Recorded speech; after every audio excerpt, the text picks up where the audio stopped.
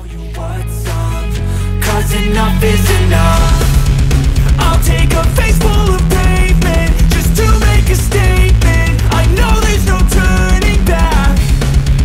Oh God, adrenaline wasted, so mad I can taste it. I know there's no turning back. Opening scene diperlihatkan si putri pria yang mengajak keluarganya piknik di pinggiran hutan Amazon. Si pria yang bernama Bill ini adalah seekor kontraktor bangunan. Si Bill emang sengaja mengajak keluarganya piknik di tempat ini karena ia mau menunjukkan proyek besar yang akan ia bangun di tempat itu, yaitu membangun bendungan jatiluhur. Deforestasi hutan pun terjadi secara besar-besaran untuk membuka lahan sebagai tempat didirikannya bendungan itu. Seperti kebanyakan bocil laki-laki, si Tommy pun juga dirundung rasa penasaran, ingin tahu dan kepo dengan apa yang dilihatnya. Tommy yang penasaran dengan aktivitas semut yang sedang gerak jalan ini terus mengikutinya hingga sampai dia merusuk-merusuk masuk ke dalam hutan. Namun tiba-tiba muncullah sesosok wajah makhluk rimba yang sedang menyapa Tommy dengan senyum ramahnya. Tommy pun mengasih tahu bapaknya, akan tetapi dia tidak bisa melihat orang-orang rimba yang sedang berkamuflase di sebelahnya. Saat si bapak hendak balik, tiba-tiba Tommy pun sudah lenyap dari pandangannya. Dan tiba-tiba sontak si Bill pun akhirnya menyadari kalau anaknya sudah digondol oleh penghuni hutan ini. Bill pun teriak kegirangan hingga membuat istrinya dan para pekerja penebang hutan membantunya mencari si Tommy. Akan tetapi usaha mereka pun sia-sia saja. 10 tahun sudah berlalu setelah tragedi hilangnya Tommy. Kini bendungan megah itu sudah hampir rampung. Tapi si Bill belum putus asa dan selalu mencari keberadaan Tommy di waktu luangnya. Setelah cukup banyak mengumpulkan informasi tentang seluk-beluk suku-suku penghuni hutan Amazon, kini Bill bersama temannya yang bernama Uwe ini kembali akan menyisiri hutan untuk menemukan keberadaan si Tommy. Dengan menaiki benda yang berjenis kelamin perahu ini, mereka mendatangi sisa pemukiman yang ada di pedalaman hutan Amazon. Berbekal petunjuk busur panah ini, mereka akhirnya mendapatkan informasi dari penduduk lokal bahwa yang menculik Tommy adalah suku tak kasat mata yang mendiami wilayah tak jauh dari sini. Sementara itu diperlihatkan dua makhluk rimba yang sedang berburu kera dengan menggunakan sumpit. Ya, seperti yang sudah bisa kalian tebak, kalau pemuda rimba yang berwajah bule ini adalah si Tommy yang sudah dewasa. Si kera pun langsung almarhum di samping tanaman janda bolong ini. Saat mereka hendak balik ke kampungnya, tiba-tiba muncullah suku kanibal buas di wilayah itu. Si Tommy dan Pak Lurah pun langsung melakukan mode kamuflase seketika itu juga. Alangkah bahagianya kehidupan para pria di tempat ini karena mereka bisa cuci mata gratis setiap hari melihat para gadis-gadis bugil yang gondal gandul di tempat ini. Saat si Tommy dan Joko sedang mandi, tiba-tiba mereka bertemu dengan gadis-gadis penebar aurat dari klan Uchiha, dan inilah makhluknya. Tommy yang masih belum sunat ini seketika itu juga langsung jatuh cinta pada gadis klan Uchiha yang bernama Kajiri ini. Kajiri yang baru mendapatkan menstruasi hari Senin kemarin, rupanya dia juga langsung jatuh cinta pada pandangan pertamanya terhadap si Tommy. Saat Tommy mencoba PDKT pada Kajiri, tiba-tiba Pak Lurah and the gang langsung nongol untuk memberi informasi kalau hari ini Tommy harus di ritual pendewasaan jiwa. Tepat di bawah tanaman Philodendron verrucosum ini, Tommy pun akhirnya diritual secara menyakitkan. Dan seperti inilah ritualnya.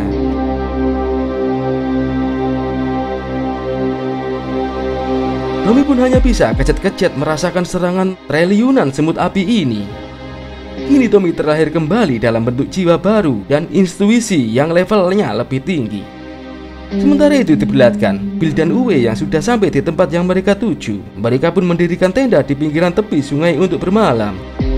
Ritual pendewasaan Tommy masih berlanjut hingga menjelang malam tiba. Setelah menghirup narkotika Amazon, ini dirinya langsung sagau dan joget sambil ngejer-ngejer. Hingga pada puncaknya, jiwa Tommy pun terupload ke dalam raga burung elang ini.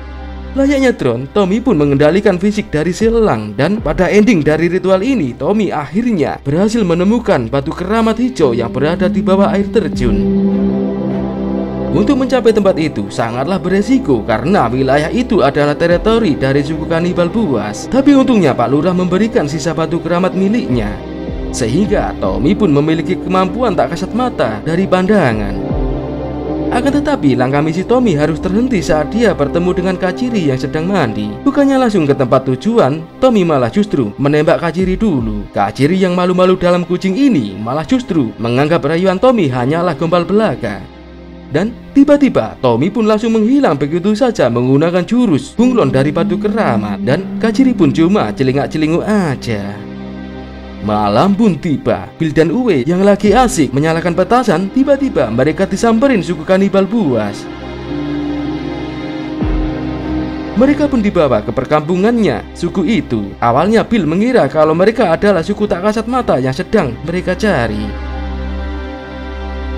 Saat Bill menunjukkan busur panah pada Pak Lurah, dia pun akhirnya tersadar kalau mereka adalah para kanibal. Dan di tengah konflik ini, Pak Lurah kanibal pun memberi kesempatan pada Bill untuk kabur. Tapi dengan syarat dia harus diburu oleh sukunya saat fajar menyingsing. Tapi sayangnya Uwe harus ditahan dan dimukbang hidup-hidup oleh para wanita-wanita kanibal ini. Fajar pun tiba. Setelah ritual tabuh gendang, mereka pun kini bergerak serempak untuk memburu si Bill. Sementara itu, Tommy pun akhirnya berhasil sampai di air terjun untuk mengambil batu keramat hijau. Bill pun akhirnya kepergok para kanibal-kanibal anak itu, dan dia pun terkena hujaman panah dari Pak Lurah kanibal. Akhirnya Tommy berhasil menemukan batu keramat hijau, dan serpihan bongkahannya dia selipkan dalam kalungnya. Bill pun terjatuh ke dasar sungai. Tanpa sengaja, Tommy dan Bill saling adu pandang. Tapi karena dikira Tommy adalah bagian dari para kanibal-kanibal itu, sontak dia langsung menjedornya seketika itu juga. Saat Tommy hendak memanah Bill, tiba-tiba akhirnya Bill baru menyadari bahwa pria rimba bule di hadapannya ini adalah si Tommy putranya. Kini pertarungan sengit antara Tommy dan Bill menghadapi para kanibal-kanibal tidak dapat dihindarkan lagi. Dan alhamdulillahnya mereka berdua pun akhirnya berhasil kabur. Tapi senapan Bill yang terjatuh berhasil ditemukan oleh kanibal-kanibal ini. Bill yang terluka parah dibawa Tommy ke perkampungan suku tak kasat mata untuk diobati. Akan tetapi Tommy tidak mengenali ayahnya, meskipun dia sering memimpikannya. Bill yang sekarat parah ini karena terkena racun dari busur panah para kanibal, akhirnya berhasil diobati oleh Pak Lurah dengan jambi-jambi saktinya.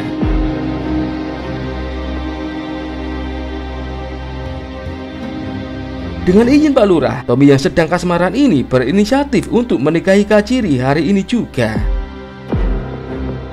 Dan sampailah Tommy di klan Uchihanya Kachiri. Di hadapan ayahnya Kachiri, Tommy memberikan batu keramat hijau sebagai mahar pernikahannya. Dan seperti inilah prosesi pernikahan unik ini. Lucu kan prosesinya? Seperti perkawinan ayam yang sedang birahi. Lanjut. Tanpa penghulu, tanpa ijab kabul, Tommy pun langsung mengencerot Kachiri seketika itu juga. Sementara itu di sisi lain diperlihatkan pada kanibal-kanibal koculuk ini mendatangi Germo di klub malam maksiat yang ada di kamp pekerja bendungan. Tujuan para koculuk ini adalah melakukan barter senjata dengan si Germo. Tapi si Germo hanya mau melakukan barter senjata yang ditukar dengan gadis-gadis rimba yang akan dia jadikan lonte di klub maksiatnya. Kesepakatan pun sudah deal dan para kanibal-kanibal ini langsung bergegas akan memburu gadis-gadis dari suku tak kasat mata. Bill yang tersadar dari pingsannya malah diminta Munaroh untuk menikahi dirinya. Meskipun Munaroh masih di bawah umur, tapi dia lebih terangsang melihat om-om daripada pria SMP sebayanya. Munaroh yang lagi cenut-cenut ini melakukan PDKT kepada Bill, tapi sayangnya si Bill kurang tertarik padanya. Itu dikarenakan tujuan Bill di sini adalah untuk mengajak Tommy pulang bersamanya. Tapi sayangnya Tommy lebih nyaman di sini bersama gadis-gadis yang gondal-gandul daripada harus kembali ke kota. Di malam harinya, ritual prosesi wali ajang pernikahan Tommy dan Kachiri mereka laksanakan.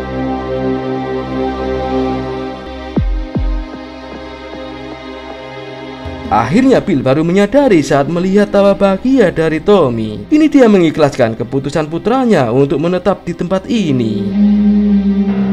Dan dia pun berinisiatif untuk pulang dengan tangan hampa. Sebelum Bill cabut dari tempat ini, dia harus mengikuti tradisi ritual nyesep sabu dulu. Dan seketika itu juga jiwa Bill langsung terupload ke dalam Jaguar ini. Saat Bill sudah tersadar dari pingsannya, tahu-tahu dia sudah ada di tepian hutan Amazon dan ditemukan oleh para pekerja yang sedang melakukan pembabatan hutan. Setelah mereka selesai mengantar Bill, tiba-tiba mereka melihat asap hitam yang membumbung dari perkampungannya. Seluruh kampung sudah luluh lantak dan semua orang pun dibantai oleh para kanibal-kanibal kocluk dan cuma menyisakan bocil dan emaknya saja. Akan tetapi para gadis-gadis muda mereka culik sebagai media barter senjata dengan si Germo. Setelah selesai melakukan ritual pembakaran mayat, kini Tommy dan sisa-sisa suku tak kasat mata langsung bergegas menyelamatkan para gadis-gadis yang sudah diculik oleh para kanibal. Dan si bocil dan emaknya mereka tinggal berduaan di tempat ini. Dengan langkah yang gondal-gandul, gadis-gadis ini digiring kanibal-kanibal kampret ini ke tempatnya si Germo. Dari jauh mereka melihat rombongan para kanibal-kanibal ini yang sedang menggiring para gadis-gadis. Akan tetapi mereka memilih cari jalan memutar untuk bisa sampai di tempatnya si Germo. Satu persatu gadis-gadis rasa coklat ini mereka seleksi. Sedangkan yang lolos seleksi langsung mereka jadikan lonte, dan yang gak lolos cuma dijadikan pelayan aja. Tommy dan para sukunya sampai juga di tempat yang mereka tuju. Tapi mereka kesulitan masuk karena ada pagar kawat berduri dan salah satu dari mereka menaiki tiang listrik untuk bisa masuk ke dalam. Namun tiba-tiba dengan riangnya si Supri kejet-kejet menikmati lezatnya getaran manja dari rangsangan listrik bertegangan tinggi ini. Karena kegaduhan itu membuat si Germo menginstruksikan para kanibal-kanibal kocluk ini untuk membantai para penyusup dari suku tak kasat mata. Pak Lurah pun terkena tembakan dan seketika itu juga mereka harus mundur ke dalam hutan. Akhirnya malaikat Israel pun mencabut arwah dari Pak Lurah. Di situasi rumit seperti ini, Tommy memiliki ide gambling akan pergi ke kota menemui ayahnya dan meminta bantuan kepadanya, meskipun dia tak tahu di mana tempat tinggalnya. Tommy dan Subakir berlari ke arah kiblat mencari kotanya si ayah. Dan alhamdulillahnya bermodalkan perahu curian miliknya Abah Mahmud ini, dia berhasil menginjakkan tangannya di kota ini. Skip cerita, dalam keadaan tersesat mereka berdua tanpa sengaja bertemu dengan suku kelelawar yang sudah murtad menjadi warga kota. Karena orang-orang ini tidak bisa mengasih informasi tentang keberadaan si ayah, sehingga Tommy pun harus melakukan ritual penguploadan jiwa ke dalam raga burung elang ini. Setelah muter-muter ngalor ngidul ngetan ngulon, si elang pun akhirnya berhasil menemukan kediaman si ayah yang tinggal di puncak seekor apartemen berbintang 7. Tanpa ucapan assalamualaikum, Tommy pun memanjat bangunan tinggi ini layaknya Spiderman. Si ayah tersentak pelunga-pelungu bahagia saat melihat Tommy di hadapan udelnya. Perjumpaan haru biru si emak dan putranya yang hilang ini dibanjiri literan air mata. Kini Tommy dan si ayah dibantu oleh suku kelelawar coba menuntaskan misi penyelamatan para gadis-gadis. Bill pun menyamar sebagai customer lonte di tempat maksiat ini agar bisa menyusup ke dalam. Dia bertemu dengan Munaro dan membisikinya agar Munaro menginstruksikan pada teman-temannya supaya bersiap-siap untuk kabur. Mereka semua pun sudah mempersiapkan diri. Dan tanpa sengaja Tommy pun bertemu dengan istrinya yang sedang dipoles oleh pelanggan hidung patkai ini. Seketika itu juga Tommy yang kebakaran jenggot langsung mendownload arwah calon penghuni neraka ini. Dan para gadis-gadis pun langsung go away, kabur menuju keluar. Kegaduhan pun tidak dapat terhindarkan lagi. Kini giliran si Bill pun beraksi dan mendownload nyawa siapa saja yang sudah menghalangi aksinya. Para kanibal-kanibal kocluk yang sedang menikmati air surga ini sontak menunjukkan aktingnya karena mendengar kegaduhan di tempat ini. Tapi si Bill dan teman-temannya berhasil memantai mereka satu persatu. Pada gadis-gadis yang risih karena tak terbiasa dengan pakaian yang menempel di tubuhnya, sontak langsung melucutinya dan kembali telanjang bulat lagi. Seketika itu juga titikku yang mengedit film ini langsung bergetar lagi. Karena kehadiran bendungan inilah awal petaka dari musnahnya peradaban kaum rimba di hutan Amazon ini. Sehingga Tommy berinisiatif akan menghancurkannya dengan menggunakan jurus kodok ngorek. Si Bill pun juga mengikhlaskan proyeknya jadi valid, yang penting putranya bisa melangsungkan kehidupan primitifnya. Ritual gaib pemanggilan kodok ngorek pun mereka aktifkan seketika itu juga. Triliunan kodok dari berbagai kabupaten pun berkumpul dan bernyanyi secara hore-hore di tempat ini. Sehingga hujan lebat selama berhari-hari berhasil menciptakan tsunami Amazon yang lebih dahsyat melampaui tsunami Aceh. Bill pun menyadari bahaya apa yang sebentar lagi bakal terjadi, sehingga dia menginstruksikan para pekerja-pekerja untuk segera cabut dari tempat ini. Akhirnya ganasnya serudukan tsunami sungai Amazon berhasil menjebol dan meluluhlantakkan bendungan megah ini. Bill pun sontak merasa bahagia bercampur pilu melihat proyeknya yang ambiar di hadapan giginya. Kini para suku tak kasat mata yang tersisa harus mereka jodohkan agar bisa menghasilkan keturunan dan terus beregenerasi. Sisa dari para perempuan yang tidak mendapatkan pasangan malah oleh Kachiri dijodohkan sama si Tommy suaminya sendiri. Mulia sekali kan hati Kachiri ini karena dia mengikhlaskan suaminya mengecerot wanita lain. Inilah contoh istri yang bakal mendapatkan tiket dari surga. Coba aja kalau semua istri-istri di Indonesia sikapnya kayak Kachiri ini, maka perselingkuhan di negeri ini bakal berjalan indah. Gimana? Para laki-laki setuju kan dengan pendapat saya ini? Kalau setuju, jangan lupa like and subscribe-nya channel ini. Mungkin sampai segini saja. Demikianlah akhir review film The Emerald Forest ini. And so, wassalam.